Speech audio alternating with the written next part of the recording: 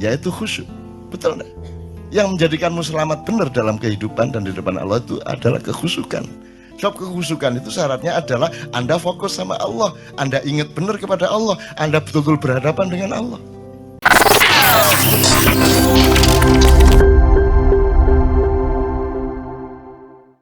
Ini supaya nanti Anda pulang ke rumah, gitu. Terus sampai rumah kan tidak ada KC lagi. KC tinggal kenangan, Maiyah tinggal ingatan. Anda kembali ke masalahmu masing-masing dengan kegelisahanmu, dengan kegalauanmu masing-masing, ketap-kedip, ya kan? Ngiler melongo, ya kan? Gelisah, waduh kok ya apa ini gimana, ini belum saya bayar, waduh nanti di kerjaan begini, kan gitu. Anda kembali ke masalah masing-masing. Aku bertanya, siapa yang memperhatikan bahwa engkau sedang galau? Apakah Indonesia tahu Anda galau? Apakah negara ini tahu engkau galau? Apakah pemerintah concern terhadap galau? Apakah ada ulama-ulama yang ada di dalam file dan kenangan hatinya bahwa umatnya galau? Kamu akan sendirian nanti di rumah masing-masing. Maka kamu harus punya sahabat sejati dalam hidupmu, sehingga dimanapun engkau berada dalam keadaan apapun saja, engkau memiliki teman. Dan siapakah temanmu yang sejati itu? Maka hadir.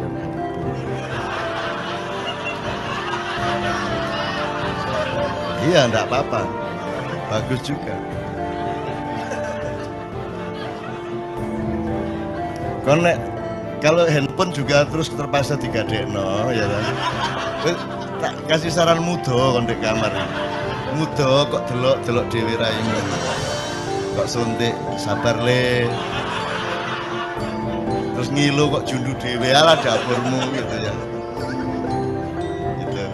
Oke, saya ingin mengatakan begini. Tolong kembali ke hidupmu yang sejati. Kemanapun engkau pergi, kamu harus selalu memiliki kesadaran untuk berpijak kepada yang sejati. Yang sejati itu gampang. Saya kasih 3 idiom. 1 cangkul, 2 pedang, 3 keris. Jangan dilihat kerisnya sebagai benda, jangan dilihat pedangnya sebagai benda, jangan dilihat cangkulnya sebagai benda, tapi sebagai pemahaman dan kesadaran. Kalau cangkul itu fungsi apa? Ya masuk pacul kayak motong rambut ya. Maksud saya dia berfungsi apa? Berfungsi ekonomi. Makanya menteri pun kalau pergi ke kantor dia bilang sama tenaga, sebentar aku mau nyangkul, kan gitu. Jadi cangkul sebagai pemahaman mengenai fungsi ekonomi. 1 ekonomi. Dan ini kan yang terutama di Indonesia kan. Kenapa orang Indonesia tidak ada yang hebat beneran kecuali yang jenius dari Allah langsung? Karena orang Indonesia itu bisa apa saja, ya, bisa apa saja, tapi cita-citanya salah. Kalau orang Barat lumayan, bisanya cuma 1 hal, tapi mereka tidak punya kemungkinan, maka mereka bersungguh-sungguh dalam 1 hal itu, sehingga banyak ekspor, master di hal-hal yang mereka konsentrasi. Kini sembarang iso, tapi gak ada yang serius dan salah tujuan. Salah cita-citanya apa? Kita itu inginnya kaya, kan gitu. Orang Barat inginnya bahagia. Ini menurut Rawahu Sabrang. Ini saya diceramai Sabrang. Saya diceramai Sabrang tadi malam. Jadi anak saya adalah guru saya dan itu nyata. Kan dulu saya bikin struktur ini, Ustaz. Jadi kenapa Islam, Sabrang juga nih yang ngomong, kenapa Islam pada abad 8 tidak bisa populer, tidak diterima? Karena yang membawa adalah pedagang. Nah, pedagang itu kastanya paling rendah. Tapi ketika Islam yang membawa adalah para syekh, para ulama, para Maulana Magdul Ibrahim dan seterusnya sampai Sunan Giri, sampai Sunan Kalijogo, semua orang pada masuk Islam karena mereka percaya kepada begawan, mereka percaya kepada panembahan, mereka percaya kepada keris dalam tanda petik ya, nanti tolong diingetin untuk kembali ke keris. Mereka percaya kepada orang mulia, orang yang menjadi pusaka bagi orang banyak, gitu kan. Kemudian sekarang kita terbalik 180 derajat. Yang paling kita utamakan adalah kaya, di bawahnya berkuasa, berkuasa pun untuk kaya, di bawahnya lagi pinter pun untuk ikut berkuasa supaya kaya. Nomor 4 kuat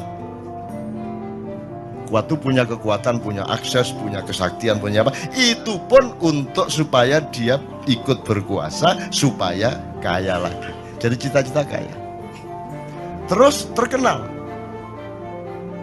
populer kan nyata bahwa populer itu menerobos seluruh kriteria kualitas hidup, sehingga seorang artis seksi itu bisa mencalonkan diri jadi wakil bupati. Jadi tidak ada rasionalitas dan alur nalarnya sama sekali secara politik dan kualitas demokrasi. Pokoknya terkenal di koran, dia bisa nyalonin diri jadi pejabat. Kan ngono. Caleg-caleg anggota DPR kita banyak yang melewati jalur Malang tadi itu. Itu ya. Karena kita sudah terbalik sama sekali, teman-teman sekalian. Nah, dalam keadaan seperti ini Anda tidak mungkin merubah keadaan.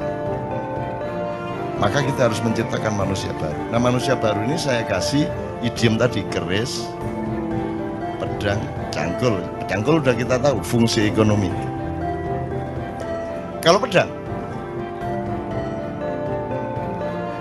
itu kekuatan dan kekuasaan, otoritas, regulasi. Ya, kalau tidak pegang pedang, Anda tidak bisa membuat undang-undang dan aturan. Yang boleh bikin undang-undang adalah orang yang sudah dapat pedang dari pilkada atau dari pilpres atau dari pileg, kan gitu kan? Jadi pedang itu fungsi kekuasaan dan otoritas politik. Kalau keris, kewibawaan, kepribadian, kasepuan, pusaka. Sekarang aku tanya kepadamu, kamu kuliah? Sudah selesai? Sudah selesai? Oke. Kamu kuliah itu untuk cangkul, apa untuk pedang, apa untuk keris? Dah, kita ini bukan mulai. Ayo pertanyakan kembali dirimu masing-masing. Kamu mengerjakan semua itu untuk cangkul? Kalau yang seluruh Indonesia tadi kan semua untuk cangkul. Nah, kamu sekarang bertanya kepada dirimu masing-masing, kamu itu kuliah jadi dokter apa segala macam, kerja macam-macam itu untuk cangkul, apa untuk pedang, apa untuk keris? Ketiga-tiganya iya, tetapi harus ada aksentuasi. Nah, monggo, ini pilihan. Masanya saya tidak menganjurkan apa-apa, cuman tolong diketahui. Apakah orang yang punya cangkul lihat ke desa-desa pasti punya pedang? Belum tentu punya pedang. Tapi Anda lihat semua orang yang punya pedang pasti punya cangkul, bener nggak? Jadi kalau kamu semua mengerjakan semua itu untuk cangkul, goblok kamu. Mestinya kamu cari untuk pedang. Karena dengan pedang kamu pasti dapat pedang dan cangkul pasti kena. Gitu loh. Kalau orang punya pedang, punya cangkul, belum tentu punya keris. Tapi kalau orang sudah punya keris, dia pasti punya pedang, dia pasti punya cangkul. Jadi sekarang kamu mau apa? Kalau kamu cari keris, cari pusaka hidup, cari kepribadian hidup, cari integritas kata orang sekarang, ya, yang beneran gitu ya, maka otomatis kamu punya pedang, otomatis kamu punya cangkul. Tapi orang se-Indonesia tadi, karena tidak punya keris lagi, ibarat konstitusi itu tidak punya majelis rakyat lagi, yang ada majelis perwakilan rakyat. Ya, kita tidak punya panembahan, tidak punya pusaka, tidak punya. Karena orang sudah tidak mengerti keris. Itu ibarat sholat, cangkulnya sholat itu ya jungkar-jungkir itu. Ya toh? Pedangnya sholat adalah kebenaran syariat dan ucapan-ucapan di dalam sholat. Masuk ngene kan kudu Allahu Akbar. Masuk ngene kan aduh ya apa kabar ya. Sembuh. Dobol. Ini masuk sembahyang kayak ngono. Berarti pedangmu batal ya gitu kan? Nah, tetapi meskipun kamu sudah mencangkul dalam sholatmu, sudah pakai pedang dalam sholatmu, yang menjadikan sholatmu sah itu tidak ada dalam syariat, yaitu khusyuk. Betul enggak? Yang menjadikanmu selamat benar dalam kehidupan dan di depan Allah itu adalah kekhusyukan. Sebab kekhusyukan itu syaratnya adalah Anda fokus sama Allah, Anda ingat benar kepada Allah, Anda betul-betul berhadapan dengan Allah. Sekarang kamu coba bayangin kamu yang jadi Allah. Kamu bayangin ya, kamu jadi Allah, terus ada anak orang-orang sholat, semua benar Allah harus benar, tapi hatinya enggak ke Allah. Kamu terima enggak itu sholatnya? Saya enggak mengatakan Allah enggak menerima loh ya. Saya enggak bilang Allah enggak menerima, terserah dia. Cuman kamu bayangkan upamanya kamu itu Allah, terus kalau sembahyang nginangin itu gadel kon niku mari ngene kon nyolong ngono gitu ya.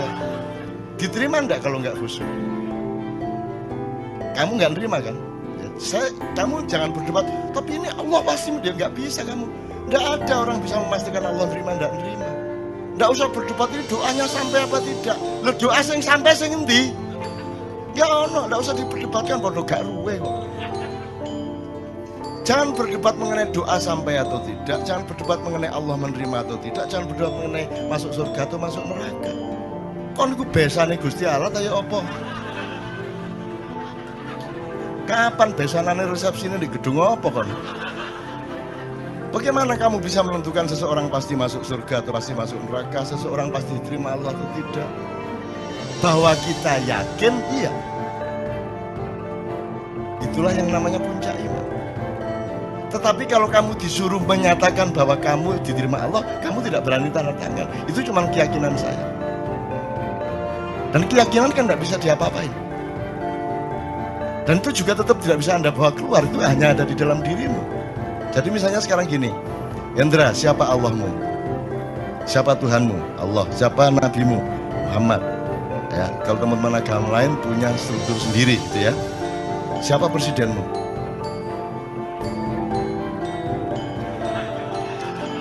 Upamanya ya. Jadi gini teman sekalian. Kalau Allah, kamu dapat resiko besar dan tidak mungkin kamu akui. Nabi Muhammad juga begitu. Karena ada alasan rasional, bukan soal korps, bukan soal golongan. Ada asbabun nuzulnya, ada mantiknya, ada semuanya. Tapi kalau selain yang dua itu boleh enggak kamu enggak mengakui? Saiki ditegesno ndek awakmu iku. Jadi kamu sekarang ngakuin enggak yang selain dua tadi itu? Boleh enggak sekarang kamu nggak ngakui? Nah ya sudah, enak toh. Kan boleh kamu enggak mengakui. Jadi justru nggak usah terlalu pusing juga. Gak tak akoni kan. Munah itu repot.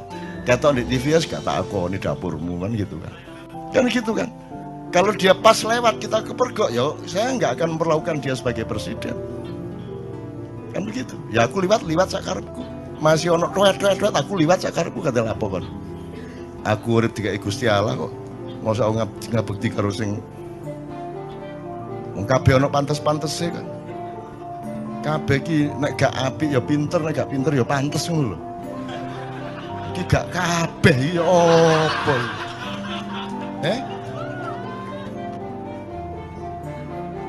Ya bojoku gak pinter gak apa-apa angger ayu, ngono to. Gak ayu gak apa-apa angger ngabekti kan. Iki gak kabeh. Ya apa pinter gak ngabekti gak ayu gak ya apa. Maka bal huwa yakun. Nah sekarang teman-teman sekalian, kalau ada mutiara di luar dirimu, kamu harus bersyukur kepada Allah. Kalau ada orang yang mengingatkan kamu kepada bahwa dalam hidup ini Allah bikin macam-macam, kadarnya macam-macam. Nabi aja beda-beda. Masuk Nabi podo kabeh, terus nanti di surga haknya sama. Ya beda. Ada yang kekasihnya Allah, ada yang sahabat karibnya Allah, ada yang juru bicaranya Allah, ada yang sembelihannya Allah. Kan gitu. Ismail sembilannya Allah, terus rumah kamu juga enggak ngerasain deh jadi Ibrahim. Bayangin kamu jadi Ibrahim, disuruh Allah nyembelih anaknya, itu gimana rasanya coba? Kamu tenang-tenang aja. Terus kamu pikir Ibrahim nggak mencoba bereaksi gitu? Terus ya ikhlas ya Allah, ya enggak lah. Jadi Ibrahim itu ya pergi ke hutan. Dia itu kan semua kan tidak untuk kepentingan Allah. Emang ada Allah punya kepentingan. Jadi kalau Allah menyuruhmu sesuatu, itu kan untukmu, untuk melindungimu, untuk pemahamanmu, bukan untuk dia. Gak padaan Gusti Allah pun gak sembahyang. Jadi itu untuk supaya ada, karena umatnya Nabi Ibrahim itu orang yang sudah terlanjur menyembah Tuhan yang sebelumnya, kepercayaan yang sebelumnya, yang apa namanya, tradisinya berbeda dengan yang ditawarkan oleh Nabi Ibrahim. Nah, untuk merubah tradisi dan meyakinkan mereka kepada tradisi baru itu harus ada praktek ikhlas membunuh anak itu. Jadi Nabi Ibrahim yo jane gak kuat rek, matane ngaplok arek gak kuat ya. Jadi dia nang alas naik gunung sama Ismail sama bawa kambing. Nanti wis layu. Akhirnya dia sembelih kambingnya, terus dia turun membawa kambing. Ini loh kalau Allahku, katanya, kata Ibrahim kepada Allah, ini loh kalau Allahku menyuruh sesuatu itu bukan karena kejam kepada kita, bukan karena minta ditaati. Sesungguhnya semua perintahnya karena sayang kepada kita. Aku disuruh menyembelih anakku, tapi buktinya anakku tidak tersembelih, kambing malah dikasih oleh Allah. Ngono, kerja itu kolusi antara Allah sama Ibrahim.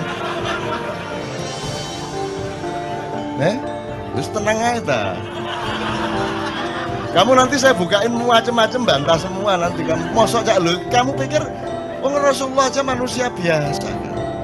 Semua itu kan enggak kok terus semua itu sudah hebat sejak awal ya enggak. Nabi Nuh aja istrinya dia enggak bisa dakwahi kok. Anaknya Nabi Nuh sendiri kafir kok. Kamu bisa bayangkan kalau seorang nabi istrinya sendiri tidak ikut suaminya, anak itu kan, bayangin rumah tangganya bagaimana. Bayangin masyarakatnya bagaimana. Sekarang kita ini anak kita satu nakal aja udah pusing, gak karu-karuan kok. Bayangin ada nabi, rasul lagi yang istrinya tidak taat, anaknya tidak taat. Kamu bisa bayangin keluarga ini gak sakinah toh. Gitu loh. Jadi kamu juga jangan terlalu pusing, karena Allah sudah kasih jurisprudensi apa saja ada. Kalau kamu mengalami kesulitan apa-apa, tinggal cari jurisprudensi apa. Wah ini cocok iki Nabi Yunus sih, Nabi Yunus sih cocoknya. Kalau kamu mengacu kepada contoh-contoh kejadian yang sudah Allah paparkan, kalau kamu menemukan itu, selesai. Kamu akan mentertawakan dirimu, ngene kok galau, gak masalah. Ini buahnya, kalau saya buka Anda bingung nanti. Buahnya Rasulullah, misalnya Rasulullah pernah mengganjal perutnya dengan batu supaya tidak lapar. Orang tidak mikir ya Aisyah ganjal batu tagak. Karena tidak pernah mikir tak. Mbok mestinya dilihat lah, kan mestinya serumah dong ganjal batu semua. Lah kamu nggak punya fakta bahwa Aisyah, jangan-jangan beliau lapar itu karena Aisyah lupa nawari makan. Loh, salah satu kemungkinannya loh ya. Mungkin Aisyah pas kurang care. Lah Rasulullah kan mau bilang, Aisyah saya belum makan, tidak berani dia. Kan Rasulullah lembut sama istrinya, dia sangat hati-hati menjaga perasaan istrinya. Akhirnya pergo bojone gak nawan-nawan mangan, ya wis tak ganjel watu. Bingung kan tak ceritane akeh. Wes banyak bahan ngene-ngene kira. Kita buka didik ngono ya. Gak nemen-nemen bingungmu lho ya. Ya teman-teman sekalian, ya mohon maaf nih Ustaz kalau anak agak yang enggak dikit-dikit gitu. Ini bukan tujuannya bukan mau mengkritik Muhammad, mengkritik Ibrahim dan sebagainya. Tujuannya supaya Anda mengetahui betapa banyak paradoks dalam hidup yang Allah sengaja menciptakan dalam hidupmu. Sehingga kamu jangan kaget sama paradoks itu. Tapi kalau kamu berdialektika dengan cara berpikir ma'iyah yang siklikal, yang spiral, yang penuh tikungan, penuh lipatan, dan Anda terbiasa dengan itu, maka seluruh yang kamu alami itu nanti akan bisa dieliminir menjadi berkah, menjadi rasa syukur, akan semua menjadi baik bagi hidupmu. Gitu loh maksud saya. Itu contoh-contoh, bukan saya kok terus menafsirkan gini, enggak. Saya itu cuman orang di depan saya itu supaya lebih bisa menghandle hidupnya menjadi lebih mudah. Karena Allah itu kan unik tuh. Inna ma'al usri yusra gitu kan. Nek arek Malang kan ngene, lah nggih sampean niku lho. Kan bersamaan dengan kesulitan sudah aku sediakan kemudahan. Lah nggih sampean kok repot-repot, mbok wis langsung kemudahan apa itu? Ana sing nakal ngono ya apa? Semua orang di Indonesia kalau pidato syukur kepada Allah yang telah memberi kesehatan kita hari ini dan tidak lupa kepada junjungan Nabi besar Muhammad SAW yang telah membawa kita dari kegelapan menuju cahaya. Itu anak sing nakal. Gusti Allah ya repot-repot. Mbok wis langsung cahaya apa sih? Dadak kegelapan barang gitu loh. Loh, tapi memang dramanya seperti itu dan Allah maunya dialektika kemesraannya seperti itu. Jadi Anda jangan hidup di dalam satu penggalan sehingga Anda kebingungan dalam penggalan itu. Anda harus transenden, harus melihat keseluruhan dari metabolisme yang Allah ciptakan itu sehingga Anda senyum-senyum. Iya, gak apa-apa. Iya, ngerti aku. Ya ampun, ngertas lah. Ngertas lah. Ya makanya kan kata rahasia, Ustaz ya, tolong dalam tasawuf, kata rahasia itu kan sangat mesra. Kalau sudah Allah ngomong sirrun, asrarun gitu ya, itu kan salah satu kemesraan itu karena kita punya rahasia, punya ketidaktahuan, punya kesulitan, punya kebingungan. Kalau kita nggak punya kesulitan, gak enak. Makanya ya saya doakan Anda penuh kesulitan itu. Oke teman sekalian, alhamdulillah bilamin. Pokoknya pulang dari sini ingat ya, kamu harus masing-masing sendiri dan kamu harus menemukan. Oh enggak masalah, saya cari keris kok. Saya cari keris dan pasti pedangnya dapat, pasti cangkulnya dapat. Percaya itu, percaya.